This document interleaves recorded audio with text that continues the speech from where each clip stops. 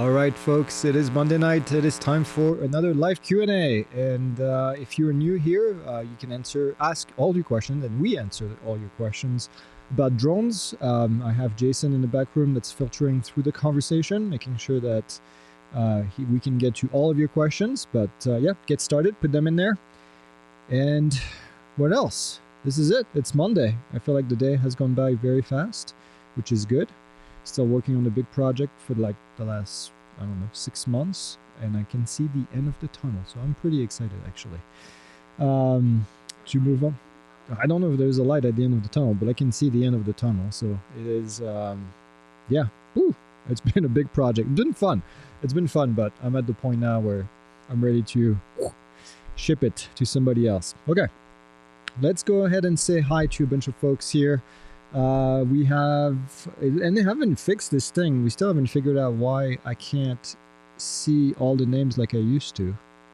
It might be, I don't know. Anyways, Richard Hooker is here. Curtis Warren. We have Drone Eagle LLC. Eric Ruffschneider. Hike and Fly. We have Cajun Greenman. New name, I think. I don't think I've ever seen this name before. Dave DeVore. Just Johnny 2012. Woodworker, we have Stinker 337, Leo de Cardonas is here, Cloud Camper, a lot of familiar name. We have Minot Engineer Drone Services, we have After Us Media, Corey is here, Drone Angles, Steve A. We have Josh, Techno Chief, the Vestidius is here. What else? Bluegrass UAS, Jim Schlusserman is here. Puerto Rico Drone Zone is here as well. Jason is here, our own Jason. We have Jeff is here, Minnesota Vance, Neo Kane. Who else? Flying Brian, Mr. Zubair. We have Dallas is here. Oh, and I just skipped a whole page. We have Scott, we have Sparky, we have Dwayne, we have Surf in the City, we have Jeff, James, who else? Chris, Mountain Man, Retired Fireman. Anyways, I think I skipped a couple because my page scrolled very fast. Who else did I miss? Dave DeVore. Anyways, Cloud Camper, I think I said that. Welcome. Thank you for being here. It is Monday. Get started. Look at that 2-minute intro. People are going to be happy in the comments. I always have people that say, you shouldn't say hi to everyone. Well, I want to say hi to everyone. So, hi, everyone. People who joined, you want to say hi to more? Yeah. Paul is here. All right. Well, good stuff. Yeah. What did we do? Oh, we purchased a Mini 5 Pro today. So, yeah. Well, hopefully we did. we paid money for a Mini 5 Pro. We'll see what happens after that. We'll keep you posted. Maybe we took one for the team. I don't know. We'll see. But yeah, we should have one on the way. Maybe. Ask the crowd what they want to see from our videos on the Mini 5. Oh yeah, Mini 5 Pro. Yeah, we've got a couple of videos coming up. Okay, let's get to the videos, to the questions. Richard says, where is the best place to mount the anti-collision light on the Mavic 4 Pro? Closer to the gimbal, in the middle near the sensor, or in the rear near the SD card slot? On top of the drone for sure. I would put it on top of the battery compartment. That's where there's like the least amount of critical electronics. The front of the drone typically has the GPS chip in it. Excuse me, I'm going to be coughing a little bit, unfortunately, because yeah, I'm somehow getting sick. I feel like I've been getting sick for a week, but it's getting worse and worse. Breathing in Freon. Yeah, that's not how you fix it, Ben. One of the production members had that problem. Oh, really? With their car. Oh yeah. Anyways, so yeah, you would put the light over the battery compartment. That's my answer, and I'm sticking to it. Next, if you transfer the registration of a drone from one person to another, do you pay the fee again? There's no such thing really as transferring a registration of a drone. It's either registered for one person or it's registered for the other person, but the way to transfer the registration would be to cancel the registration on your account and let the other person enroll in their account. So, yeah. Leo says, is Circle app for Android affected by the AWS outage? Getting sign-in errors all day. Yeah, there's been, well, I'm sure you guys have seen it, massive AWS outage today. AWS being Amazon Web Services, which a lot of companies use. And yeah, it's messed up a couple things. We use Asana, which is one of the a task software that we use. And yeah, that was down all day, which was fun for our team because we rely on that thing to assign tasks to everybody all over the world. We lost Help Scout also. We lost Circle. We lost Teachable. We lost pretty much everything except our own learning management system, which was up and running, unlike the old learning management system. So the worst part was that we lost Fortnite. We lost Fortnite? Yeah. Oh, so sad. I don't think everything has been solved. Help Scout came back up. A couple things came back up, but I don't think everything is back at the top. So yeah, good stuff. But yes, Circle is our community platform, and that was definitely also messed up. If my drone is slightly over 250 grams weight limit to be unregistered, could I fill it with helium, okay, to make it weight less? Or does this go against the FAA rule? There's no FAA rule that says you can't put helium in your drone to make it weight less. But, yeah, I don't know where you would attach the helium. I'm sure it's a funny fun statement, but yeah, I would just go with a pair of clippers and start removing pieces of plastic from the drone that are not necessary, like propellers, cut tip of propellers. We did that one time. We made a video to see how much of the propeller do you actually need to generate enough lift to lift the drone up, and you'd be amazed how little propeller you can get away with and still be able to lift the drone up. Not recommended, of course. Don't try this at home. This was done on a close course by a professional. Yeah, we were able to remove a good chunk. This was back in the days when we were at the mall, and we had a drone company that had asked us to do a review of their drone, and the drones were so atrocious that we never did. And instead, they told us to keep the drones, and so we did a lot of testing on them. But yeah, that was fun. Will drones like the Skyrover X1 and other DJI clones get banned? Also, do you think parts of these drones might be hard to come by if those companies stop supporting them, like the Specta? I mean, I don't have a crystal ball, so I can't tell you if these clones are going to get banned or not. Is it a possibility? It's always a possibility with the government. They can decide to do whatever they want. And as far as the current proposed bans, there is only one. That is the fact that if by December DJI does not get audited by the government, then they will be added to the FCC entity list, which means that future drones will not be approved by the FCC. That's as clear of a statement without speculating as I can make, other than the fact that I'm speculating that there will not be an audit by December. But we know that if there is not one, this is what happens. As far as, and this is for Autel and for DJI, as far as other brands, it is not slated to apply to other brands. Are there potentially more regulation that could come around? Of course, there could always be, but that's the only certainty that we have is whatever is written in regulation that has been approved right now, and that's written in regulation. Now, the audit could still happen between now and then, but yeah, that's it. Can you get a 44807 with a reserve N number? Okay, so let's translate this for everyone listening. 44807 is an exemption to fly drones that are larger than 55 pounds, and then a reserve N number. N number is the registration number that are used for manned aircraft, which is what is being used for 44807 exemption. So if you have a reserve N number, from the FAA, then yes. If you don't own that reserve number, then no, you cannot use it for anything. But yes, an N number is an N number. So if you have one reserved, you could be using it to register an aircraft that is going to be flown under an exemption under 44807. I feel like my voice is getting worse and worse. Dave DeVore says, I ordered an Air 3S as a backup for my Mavic 3 right after your Friday news update in the US from Amazon. Will Care Refresh be available? No. Care Refresh will not be available on new DJI drones. They're not doing new DJI Care Refresh. For those that have Care Refresh, what I've heard that they're doing is they're trying to fulfill Care Refresh if you had one, but they've been having difficulties, obviously, bringing these drones in the US.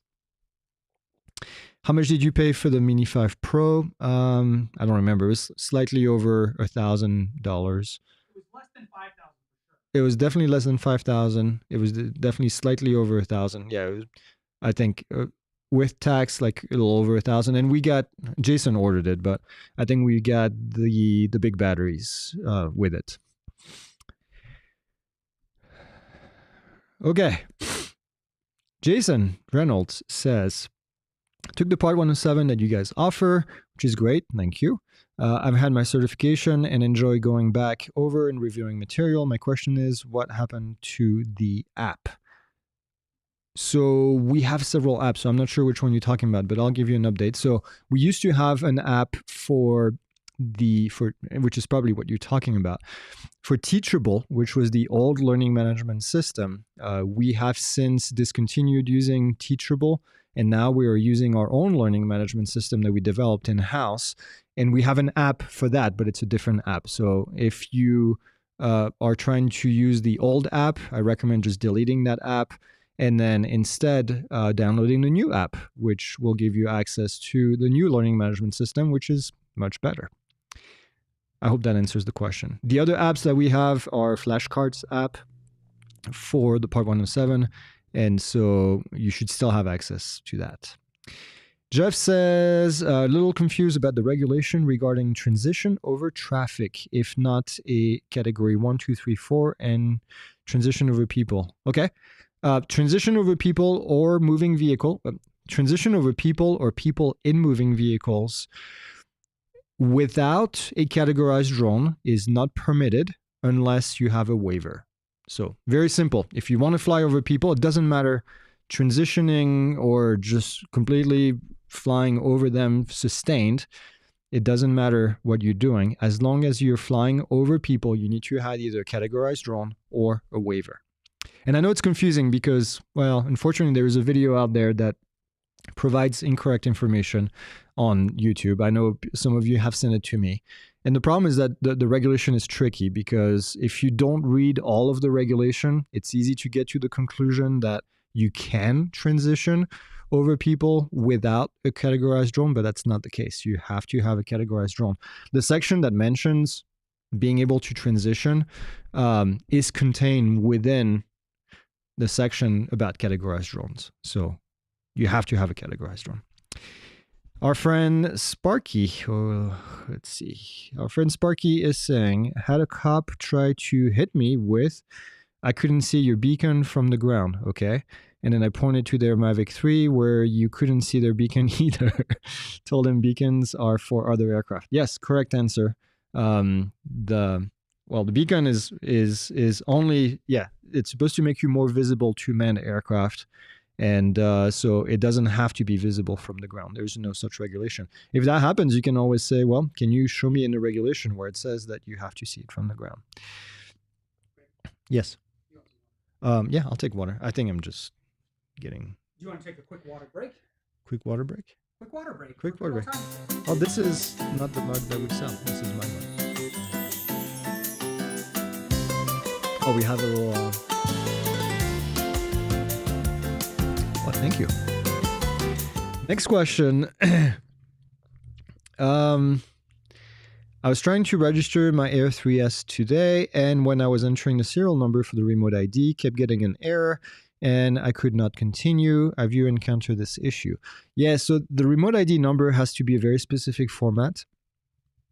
if you have an Air 3S, I used to remember the number, but it's a 4-digit number followed by a letter for DJI. I think it's 15 something something something.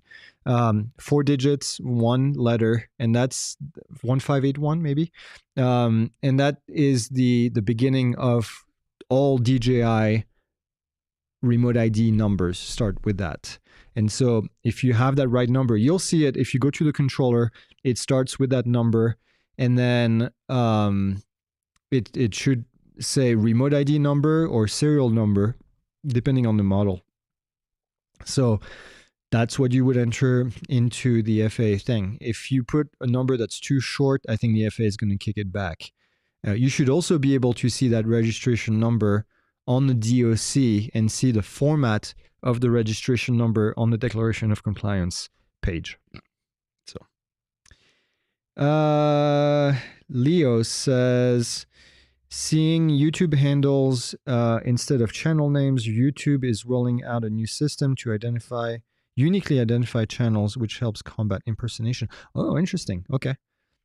Well, it sucks because now I have to read everybody's handle instead of their actual channel name.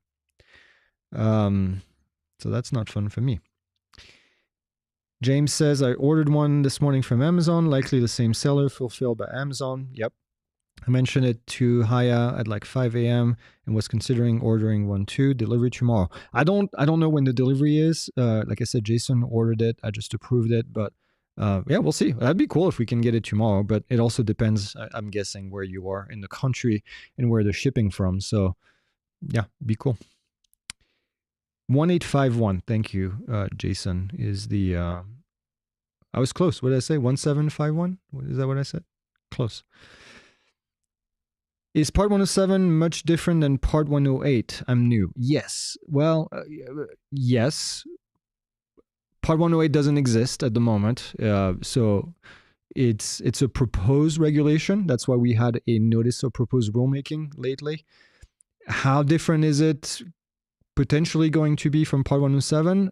Quite a bit. Part 107 is kind of the manual flying within visual line of sight rules. Part 108 at the moment, as it is proposed, is beyond visual line of sight only and fully autonomous. Now, we hope that it changes in the future. We have a couple more months before the FAA comes up with the final ruling, but quite a bit different for sure. We did make a video. I highly recommend you go check out our channel. We have a video on 2 videos on Part 108 that kind of explain what it is, what is being proposed. But keep in mind, again, this is proposed regulation only at the moment. There's no final ruling on Part 108.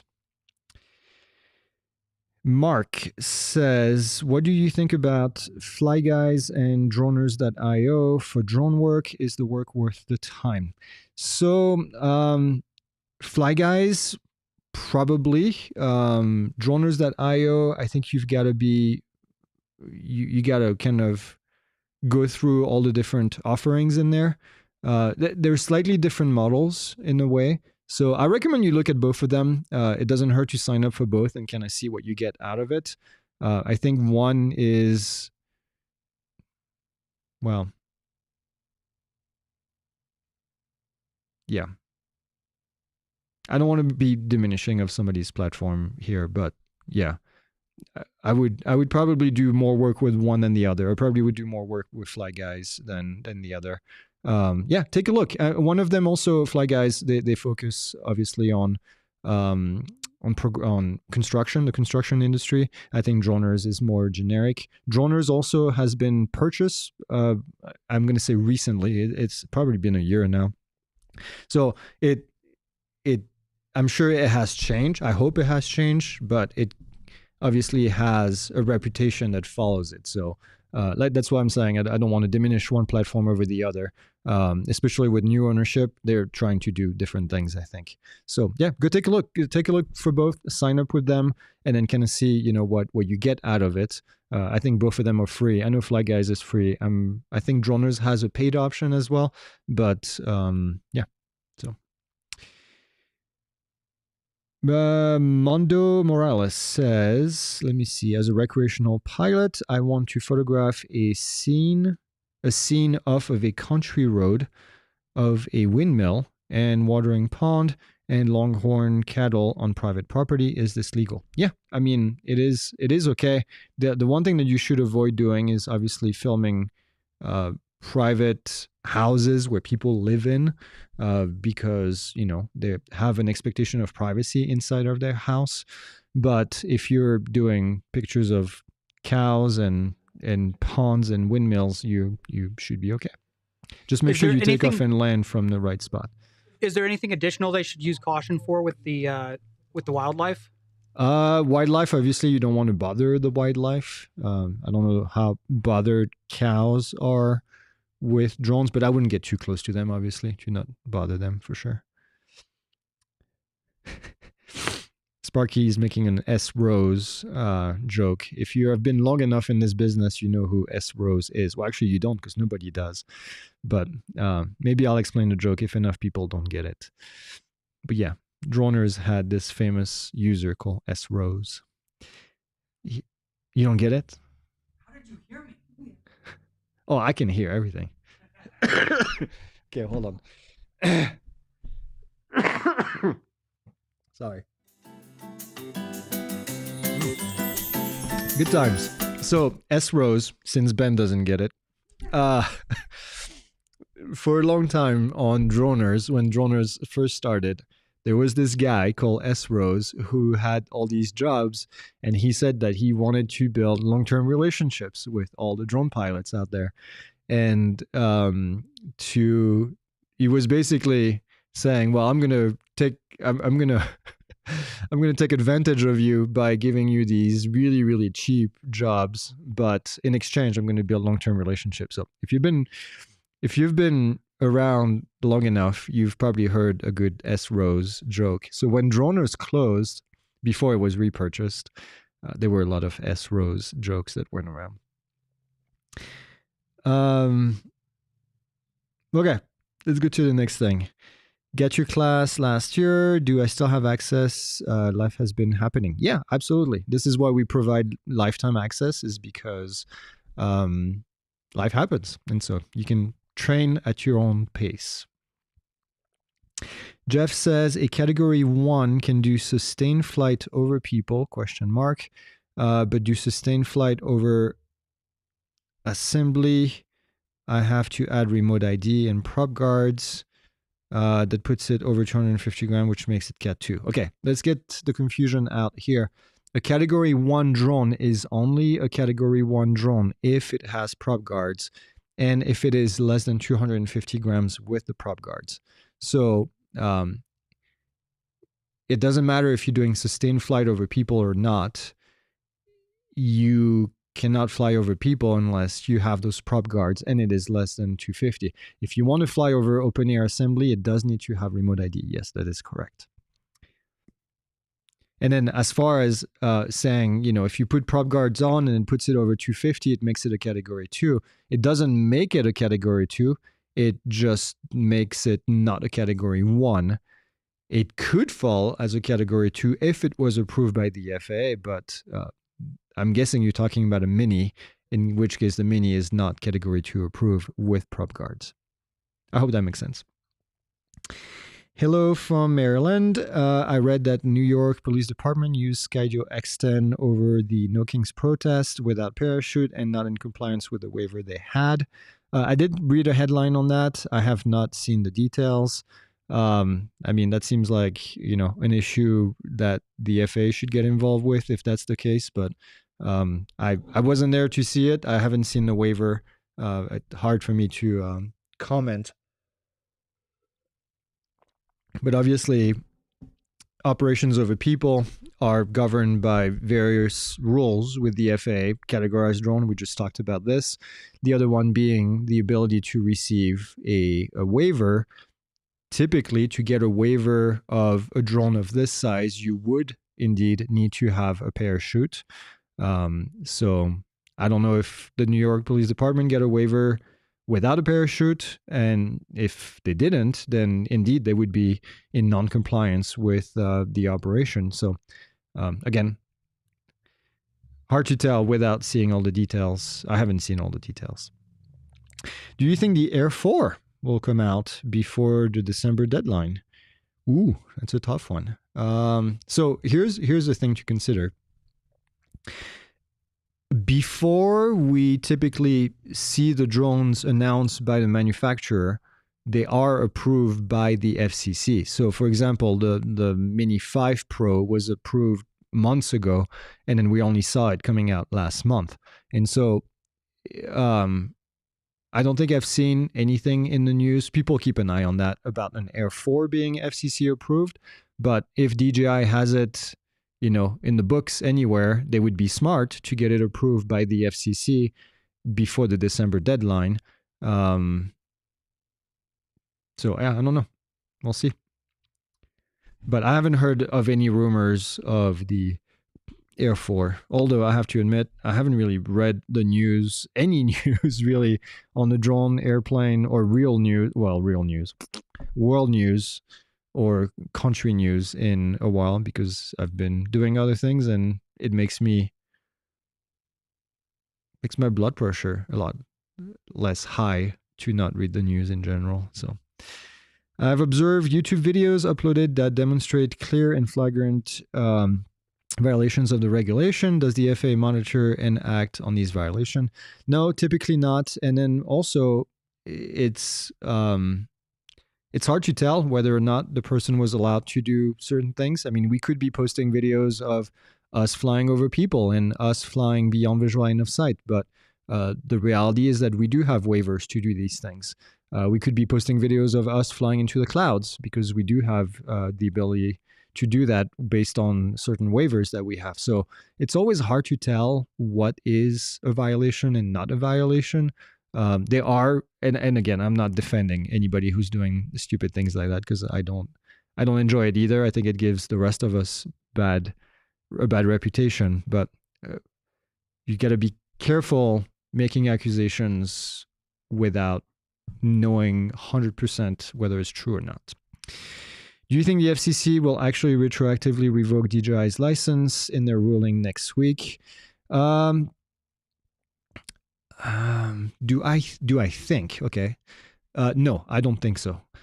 And here's why: because the retroactive thing that we talked about last week was brought up by the FCC for a completely different company, not DJI. They were talking about Huawei and another company, which are telecom companies, not drone manufacturers. Could the FCC do it? Yeah, I mean, absolutely. They've done it before for other things. Are they going to do it for DJI drones? I don't know. I don't see the motivation in doing that. And here's why I'm saying this. First off, they don't have the manpower to do this. Second, they haven't come up publicly with any proof that DJI is doing anything wrong, unlike Huawei, which they have caught doing things that were wrong, which is why I think they're going with this ruling. So I think it's two different stories. Yes, two different Chinese companies, but one of them was caught red-handed. The other one has not been caught because the audit hasn't been done. So I think the FCC would have a hard time pissing off millions of people that are using these things. Also, keep in mind, the Huawei thing is not, as far as I understand, not consumer products that people have purchased. I think those are equipment that are installed in big businesses. So it's not the same effect that it would have on taking away your DJI mini drone. So I think they would have a big backlash in doing this. And if you want to think that, the FCC is controlled by lobbying, which, it might as well be, I don't see the benefit in banning existing DJI drones, because nobody right now is selling a drone that is equivalent. So there's not really, if you want to think that certain American manufacturers are in bed with the government to sell their drones, if they take away your Mini, they don't have a product to replace it. So I don't see the reason why these lobbyists would push for that kind of ban. It's 2025. We've seen crazier. So I'm not saying it's impossible. I'm just trying to use logic, but I know logic doesn't really apply in politics. So I don't know. I have a hard time seeing what anybody would benefit with that happening. So I don't know. Hopefully nobody proves me wrong, but I have a hard time believing that this is going to happen. And I think that answers the next question: are DJI drones going to be outlawed? No, I do believe, on the other hand, that we will not see an audit by December of 2025, December 23rd, 2025. I do believe DJI will be put on the FCC entity list. I do believe they will not be able to get future models approved until there's a change in government policies, and that I do believe is going to happen. I don't know that there is any way around it at the moment. Is DJI going to appeal? Probably. Are they going to take the government to court again? Probably. I don't know. I don't work for DJI. I haven't talked to anyone at DJI about this, so I'm just making this up. This is my educated guess, my crystal ball, if you want. So, Greg. Yeah. It's Ben. Yeah. And also Amy. Follow-up question. Who is your favorite outlaw, would you say? Favorite outlaw? Josie Wales, or more like Billy the Kid, or what would you say? Billy Kyle? Billy the Kid. Oh. I don't have posters of outlaws on my wall at home. I didn't have any when I was a kid. I don't know. Lukey Luke? Nobody got that reference. I don't know. Well, that is a good view of you guys back there. That's cool. If you had said my favorite villain, I would have told you, but I don't know about my favorite outlaw. Who is your Well, different villains and outlaw are different. My favorite villain is probably somebody from a UVSI. All right, good stuff. Next, what do you think about the drones over New Jersey mystery being solved after some unknown company admitted that it was their drone? I haven't seen that. I actually would like to see that article. I think, I mean, we talked about it back then, the New Jersey thing. I think that 95%, maybe 99% of the drones that were seen over New Jersey were not drones. I think they were just other manned aircraft. This was proven. We had insider friends that were in the area collecting data when this stuff was happening. They had a way to detect aircraft, drones, airplanes, everything. I do believe it was mostly manned aircraft. All the pictures that I saw, every single picture that I saw that was not AI generated was a manned aircraft. And so I just believe that people don't go outside and look at the sky generally at night. I think people just stay inside their home and just have never gone outside to see what an aircraft actually looks like at night. If I've spent enough time around the airports at night seeing what an airplane looks like. I know what an airplane looks like. So, yeah. Yep, that's where we're at. So I don't know. I don't know that it was a big mystery. I'm sure people knew all along. And if it was a company that was doing their stuff with drones, then yeah, I don't know why they would come out now and say that it was them. Seems a little bit weird, but yeah. Help me understand. I'm new. Why do people care if the drone is over 250 grams? If all you have to do is trust and spend $5 and register it, seems simple. So why care if it's bigger? Yeah, I mean, I'm with you, Dave. You've summarized it pretty well. Trust, by the way, is required even if the drone is less than 250 grams, but that's a free test. The $5 registration is really the only thing And then, of course, having remote ID, I think that might be the biggest thing. People are just leery of telling the government that they own a drone. I personally don't get it. I don't, it's just my personal opinion. But I register my car. The government knows that I have a car. They know that I have an airplane. And now they know that I have a bunch of drones. Just the way that it is. So yeah, I agree with you. That's really the only thing. That's why people care if the drone is sub 250 or not. In some countries, though, I have to say, it is a big advantage to have a sub 250 gram drone. I flew in France a couple summers ago, and I did take specifically a small drone because the rules were more lax to fly in a bunch of places. If Part 108 is approved, approval of BV loss, will this negate the requirement for a visual observer for those Google associated drone? Google associated drone, aka Avada FPV. Okay, goggle associated drone, I think you meant. You're talking about FPV drones that are flown with goggles.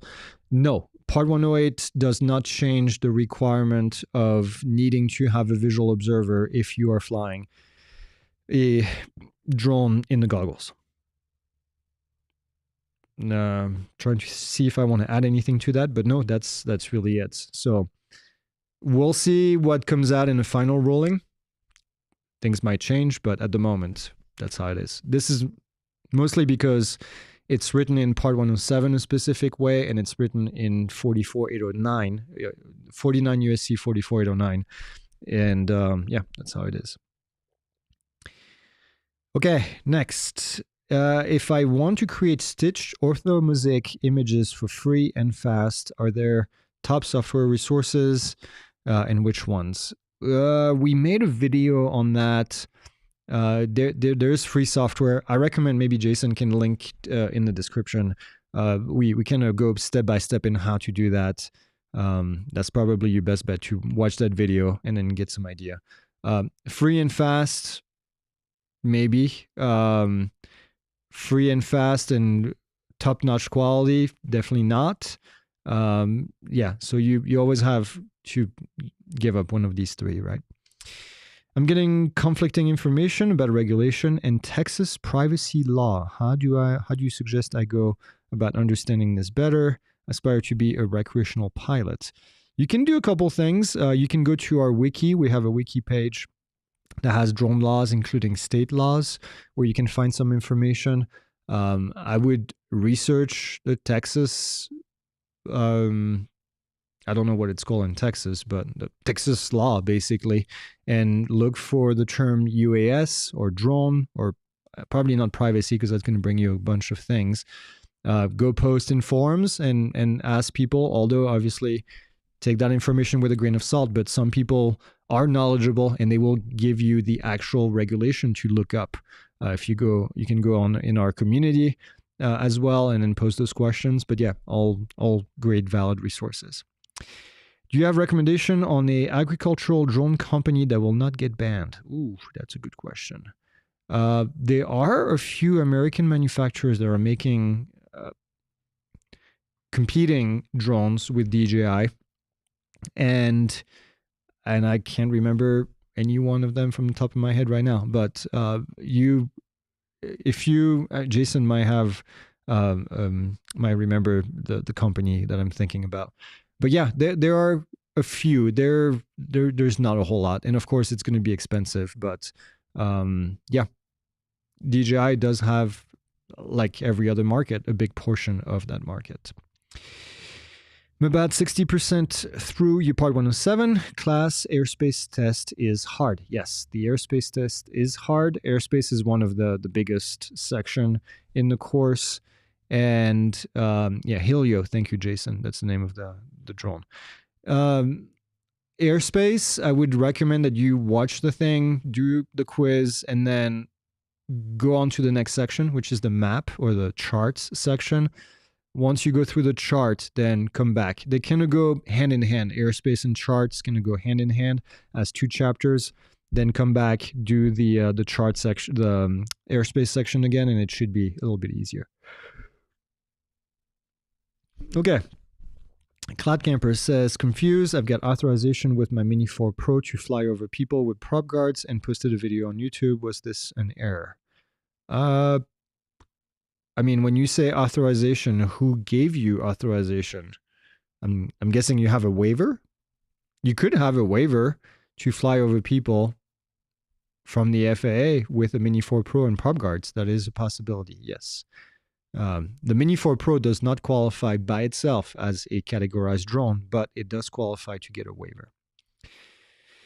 Flying Brian says, you have talked before about the flying over people drone weight being up to, I believe, 499 grams.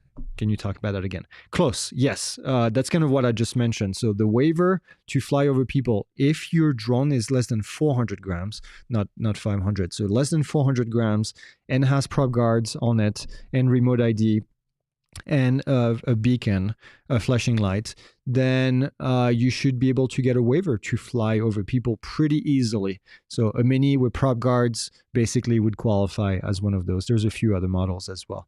But yeah, but you do have to go through the FAA website and submit that waiver first before you can get approved for that. I feel like I have vocal fry. I feel like I feel like Sam Altman.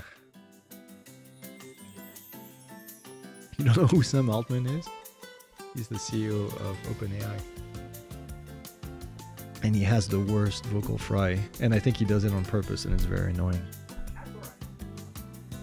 Yes, a lot of categorized drone. That's how he sounds. Anyway. No, you should watch a couple interviews of him. Some interviews he has nothing, and then all of a sudden he sounds like a Valley Girl.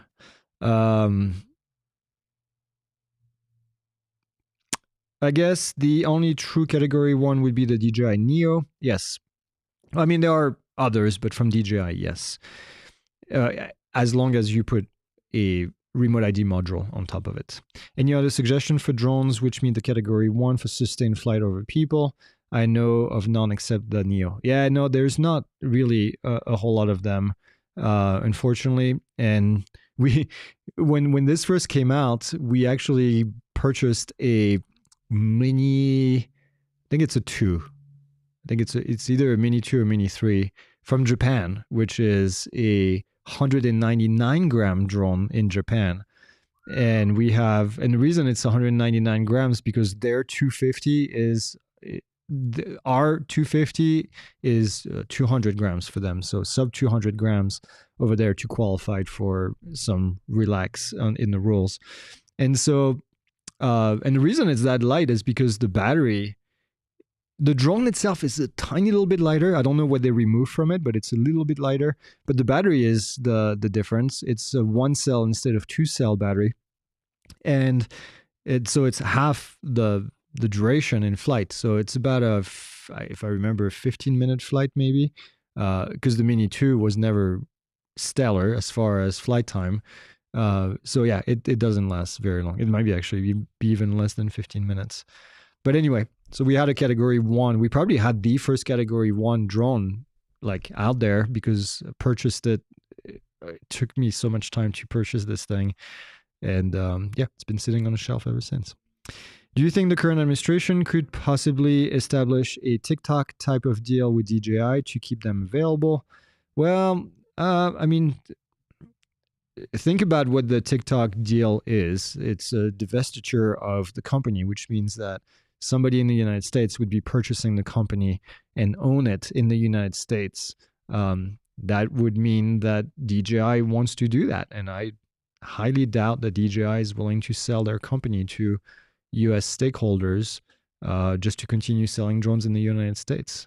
They sell drones worldwide, and quite frankly, I never quite understood the logic behind all of that, but it is what it is. Also, in the TikTok deal, which I don't think is final, but the proposed deals for the TikTok thing is that somebody purchases, I don't even remember all the deal, but the Chinese branch would maintain we still own the algorithm, or the opposite. somebody in the US owns the algorithm, but they own everything else. I don't remember. But anyway, it's not like a full purchase of the whole thing. I don't know what DJI would give to a US stakeholder and keep. It just it doesn't make sense to me. Why don't we reach out and see if we can do that? Yeah. Not interested. Okay, next. 15 minutes to go. Let's do it. We can survive. You got it. Use Aloft for Lance authorization. It requires you to draw a box in your intended flight area. How precise do you have to be? Are you facing consequences in leaving the defined area in legal airspace? I mean, technically, yes. Well, let's put it this way. Actually, technically, no. Let's kind of think about what you are getting authorization for. You are getting authorization to fly inside of one of these quadrants with the FAA. So I would argue that as long as you were approved to fly in that quadrant, then you receive airspace authorization in that quadrant. So technically you should be good to go. So I would say, if that you go slightly out of the box, but you're still in the quadrant, I think anyone would have a hard time saying that you did it wrong as per the regulation. Jeff says, last question. If the federal shutdown is still in effect by the time I want to take my Part 107 test, can the private establishment still give the test? Yes, the test is still going in effect. What is being delayed is going to be the issuance of your certificate. You'll get a temporary certificate. I don't know how long it takes now to get a temporary certificate at the moment, but the final document is definitely going to take a little bit longer. Sparky says, can we get a UVSI ban? Yes, please. And let's do it based on no reason whatsoever, just like everything that they're saying to do with DJI. Man, would that be awesome? How's the Jetson one allowed to fly unregulated, or is it all marketing BS? I mean, do you know that it's flying unregulated? Aircraft like that are typically going to have a special type of, oh my God, I'm unable to concentrate. Yeah, experimental. Thank you. It's going to be likely an experimental certificate type aircraft. I mean, it's a thing with a pilot on the inside, so it's not really a drone at all. It's it's an experimental aircraft. Sorry if this has been asked already, but is it worth to still purchase DJI drones currently if they are still available? My concern is that if it breaks, then what? Is it worth it to look at the Sky Rover? I mean, if it breaks, it's definitely something to consider, finding parts and finding, a place to get it fixed. I don't know how the Sky Rover would get fixed. I don't know what kind of support they have available right now. But I mean, we just did purchase a Mini 5 Pro today, so I believe it's still worth purchasing these drones because they're great tools. Can I register a Mini 4 Pro with the Plus battery with Remote ID and use the standard battery with Remote ID module in the same drone? Have both batteries. I have Part 107. Actually, yes, you can. And second, you absolutely have to, actually. So if you're flying a Remote ID, a Mini 4 Pro without the big battery, so with the small battery, it does not broadcast Remote ID. It does not broadcast Remote ID, and as such, you would have to have a module on top. So small battery plus module, big battery without the module. That's how you would be compliant. I think I'm correct, says Minot. Drone over water, steam fog, fog over water, steam fog equal cloud. Therefore, flying over a lake with fog, I would have to be 400 feet from the fog. Yeah, I mean, just had this discussion with the FAA, with an FAA employee a couple of weeks ago, but the PHAC does define fog as cloud. So cloud on the ground. Well, then would you be able to fly above it? You can't fly above clouds as per 107-2 advisory circular, because how would you know that you're not flying over people if you're flying over a cloud? So could you fly 400 ATL? Nope. You cannot fly. There could be people in that lake. You cannot fly over fog because of not knowing if you're going to be flying over people. In Idaho, can I fly my drone over private property to take photos of a barn on that property that I do not have access to by foot? Ooh. Can you? Should you? Two different questions. Can you? I don't know. You have to look at the Idaho, regulation. Probably can. Should you is a different thing. Yeah, that's all I can say. Yeah. Will a ban of DJI or lack of audit give competitors enough time to catch up to DJI, given this could last for maybe 2 to 3 years? I doubt it. So here's the issue with this proposed ban, right? Let's say in December, DJI is no longer able to get new drones approved. It's been about over a year now, that we haven't really been able to get DJI drones in the United States because of the CBP ban. And so, how many manufacturers have we seen take advantage of this and create a DJI competitor for the consumer market? None, right? So there hasn't really been anybody who came up with a Mavic or an Air. We have seen drones competing on the enterprise side, but we have not seen anybody interested in taking over the consumer market. And so let's say that this thing happens, and let's say that they've been working on a model for the last year. Now they have to have the ability to go live with this thing to be competitive with DJI, so people will buy it, and then be able to produce that amount of drones. And we know that production has been a major issue because at the moment, even the biggest drone manufacturer is not able to come up with, the biggest American drone manufacturer is not able to come up with enough drones to fulfill the demand that they currently have on just the enterprise side of things. So how are they going to be able to add the largest portion of the market, which is the recreational and the consumer side of things? They just don't have the ability to do that. So even if they were able to come up with a product, they still have to get it manufactured. And the reality is that this is not ready. And so are they going to be ready in 2 to 3 years? Doubt it. We've had discussions with folks that are doing this, that are manufacturing drones when we did Pixel Drone Show. And their answer was 3 to 4 years to ramp up production, to be anywhere near having enough of those to give to everybody who wants one.